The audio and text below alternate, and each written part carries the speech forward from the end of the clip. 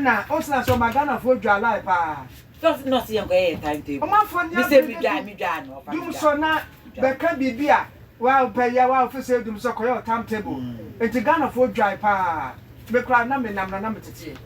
e bi kra se that na we no ho ehim to kra no the Dr. Baumia ko mo grand meet bia but o hwe so eso no na e ba ni en na mra so bodwafo afre no se wo me ka bibi enkyere wo mo na dare kanea no that's na say that's ejina o ejina kakra but na say do ma ya de ejina Facebook for no was still na oda so do eda Dumsor mo no fa wo bra e bia na musumu ntua light boa na enya mo amasema na say that's o mu jai what's na do be ye is so wo mo nya kakra mo ye hu ye go ka say ma ye mfa nkania na ma ye nua no mewo Togo ni Burkina no ena ase aba fom kakra na wo ni bi na so wo boye emrantu asem enti se o ma gedi a ene esese ade enti be patcho mo kan dokropa because ye pass ye follow enti se genuinely be bia wo no wo da so Dumsor mu a bra Facebook ha na se ye bro no kro na kro wo da so ti Dumsor mu no enti bra so bedafo afre energy minister Dr. Mathew Opoku pepenapo ama wakomla so bedwam no kwa wo se do waka no waka se ena enyo low shedding enye low shedding bia se ye Dumsor hafo so na hafo dum ana so aso ya te se yisije fo ena nkane no nsu nti ena aban efere so obeka ye te se aban na ne ewu nti sa na nkofo keka se JDM time no ne ndisi time no Dumsor na bae no NPP fo se do msi trend disi fo ada pa JDM ko ba bia Dumsor no mo de gine sa anti we mo ba da Dumsor no bae no NPP fo no fere so be on be jatum se Dumsor na mo tete and so ante sa na nya Dumsor still no a wo kan sa de no enya Dumsor tom na wo kire mu se de ko bae ni wo se sun power eye adwumaku omo ehwe amode eye enam kana na mo echecheche no wo mo ebem na nansam ho no according to Napono was na wo ha kakra bi aba ya sa wo ha na eba ye no enye se bia na power no ene ye se ebugugu no toto sa akra na efidie ni bi eho atechema so ho lines ni bi existing lines no sa no waka no na be ahoma ni bi wires ni bo no a ebi ho atechema afa transformers no onza transformers no na power no gumu na fi ateche da ma bro no ni communities no transformers ni bi won so a na eno no na so mo update no ebi ya bodada it do say ebi no hia sesa ena no so na wo mo sesa no a enti na no ma ye ko ba sa no na na nye se wo de okra wo no akra nka na so mo poi so mo bagia to mo. We are pleased to provide the following response to the urgent question. ECG is not undertaking load shedding as at the time the question was asked. So, Speaker, consumers were experiencing outages due to a number of factors. That included localized outages due to overload on lines and transformers. So, Speaker, there are certain areas in this country that all of a sudden the number of people resident or the businesses that have accumulated, especially I can give an example of parts of East Legon, which was a purely residential area, now has become one of the major business districts, increasing power consumption, thereby hampering the existing lines there. So the transformers and the lines have to be updated. Outages to upgrade the capacity of overloaded lines and transformers. SEMPA, Mr. Speaker, at the time the questioner put the question, SEMPA had an emergency valve leak, which meant a complete shutdown, losing immediately 340 megawatts. That also contributed.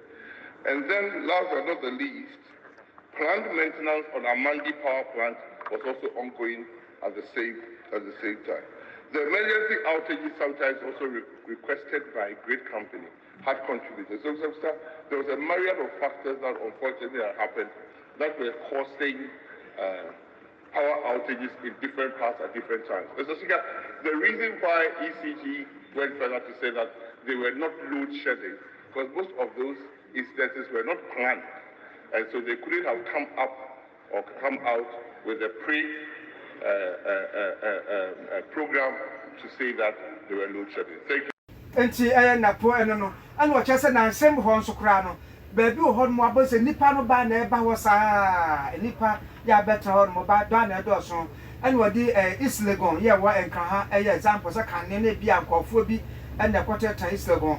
bia Islegon de sikafo na titi Islegon na dia se se no ho mo asa akoda ne business district ama enuma kwa na kontiama enyamoa enuma no awo Islegon no etwen no wo motwen bebre sen kane no oho ene bo so a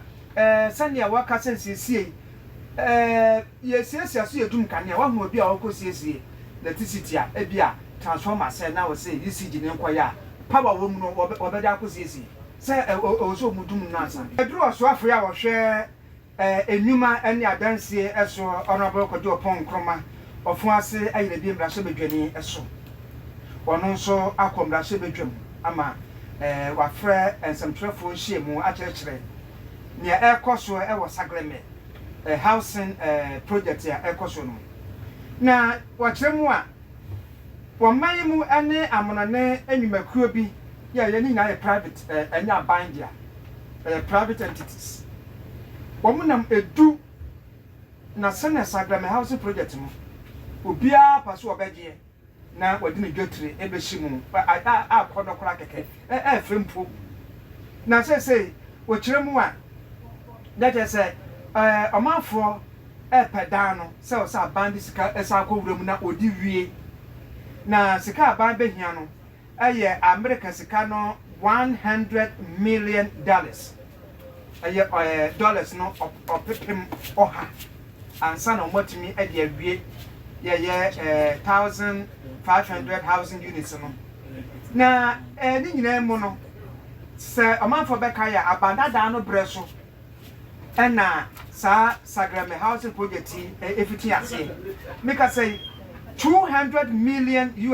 there no ababes ne ko ya na kan bota ne se na mo hwe no anya fa de ka afemu na sisi o anya it's eguasa na ama we na oho no na the botan say wo mu si say sa enya urumso dan no say the sisi wo say ya ba ko bi friend unit and say dey bi anka obi asi ne fie timo no eno na say 1 unit no no to mo ye ni say sa 5,000 say ko ya we say ka wo ba ko esi wo tenten a ya bro say 1 2 3 sa ni de sise mu nyina no wo kan nya bomu aye 1 unit no no 1 unit na ko mu 2,000 ka dan ba se de ka hu e da de ko behind dan bi so enti was say sa 5,000 ena ka bi be ka Ghana to kwa ena ka dan ka de ba bro no busi atam ne konkofo high bi no konkofo to bi o to de kakra go tiketi wis na ne wo to wadum sa enso $200 million ni na echi no do mutimi eye pe eye 1,506 ya kan nyina omo enko ho ntine wo say we kura mpo na nso kura mpo mu wie na fanya de ye kura na aye buachi bi de na de aye ne do obi nso gina court ya aye bio na aye ya enti we no e de so mo sa kope $100 million na $100 million no no mo ka tere ko so wa wo kuta $100 million na fabra na be invest ye mo man 10 companies the be ai once me pay fa me media ye etese akodo Oppong Nkrumah echiremu a July 8 busumi eye kokoro busumi nsu data so ngotwe no afi ye mo no eno mbe hyase na wo mo aye selection no aye interviews akokomwa na afi o mu wi a o mbe ma bibia so ani mu ada ho kan ehun company kura wo sefata na abanso akyerem senti a company we na wa win contract no ya wo se wo de ma no no ni nyamba ma Ghana fo mu de tuam wo mfa bibia nsie Ghana fo omu wia de kwa akoda ne cabinet abanjira tukọ no asoafo no omu at the stamp sususu ya we afi ne chese company da fora wa hyase na afi no so wo siesie mu na de mu hunu ni afoforo enyina na aye kama wo se Ghana fo mu bom nsem amasa Sagleme Housing project no se de abansia ye ward no paso wo ye kama pa ma omu wo so mu ye bi $1 million to build 5,000 housing units. 1,506 were partially completed, and that's what you often see at Sagleme. 3 major components that were missing: water, electricity, and sewage works. When the Ghana Institute of Surveyors did the assessment, they said we needed about $100 million to complete this 1,506. And government took a decision that within the difficult financial constraints, it's very difficult to find that extra $100 million after $200 million has been spent. So Cabinet took a decision that we should select a private developer, a consortium of private developers, and let them make the investment in it so that we can operationalize it. And you are correct. A couple of months ago, we issued a request for proposals. To date, I am briefed that about 10 companies, international and local, have expressed interest, have picked up forms, have been taken to the project site. They have had the opportunity to inspect work that has been left there so far, the necessary dilapidation reports, and they are putting together their proposals. According to the work plan that we put together, by the 8th or on the 8th of July, we expect to formally receive all of the bids, although it's openly in front of all of you, and then we will hand over the bids that we've received to an independent evaluation entity, which will give us an evaluation report. And then based on that evaluation report, government will proceed to select one of the bidders. It may be a single entity or a consortium of entities. And when that selection is done, we will get the necessary cabinet approvals, sign a contract with this person, and then hand over the entity to this entity.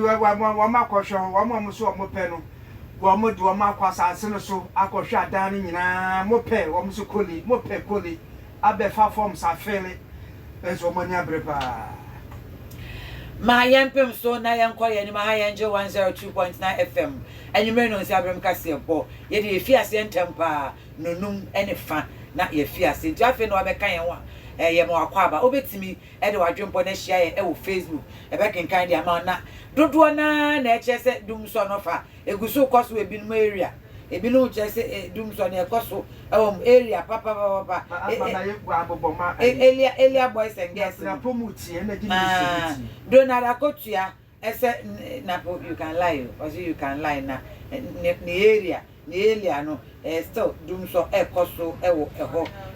we di job papa na ne dia wo de eban o se aban ne be ya aban nka 120 electricity company of Ghana yenton enye sanso a yenche pa Sylvester Akoto o se napo enra kra wo da sumu wo se enra wo da sumu wono ode ne de ani fi eje kwadwo ene ba ye nkramantem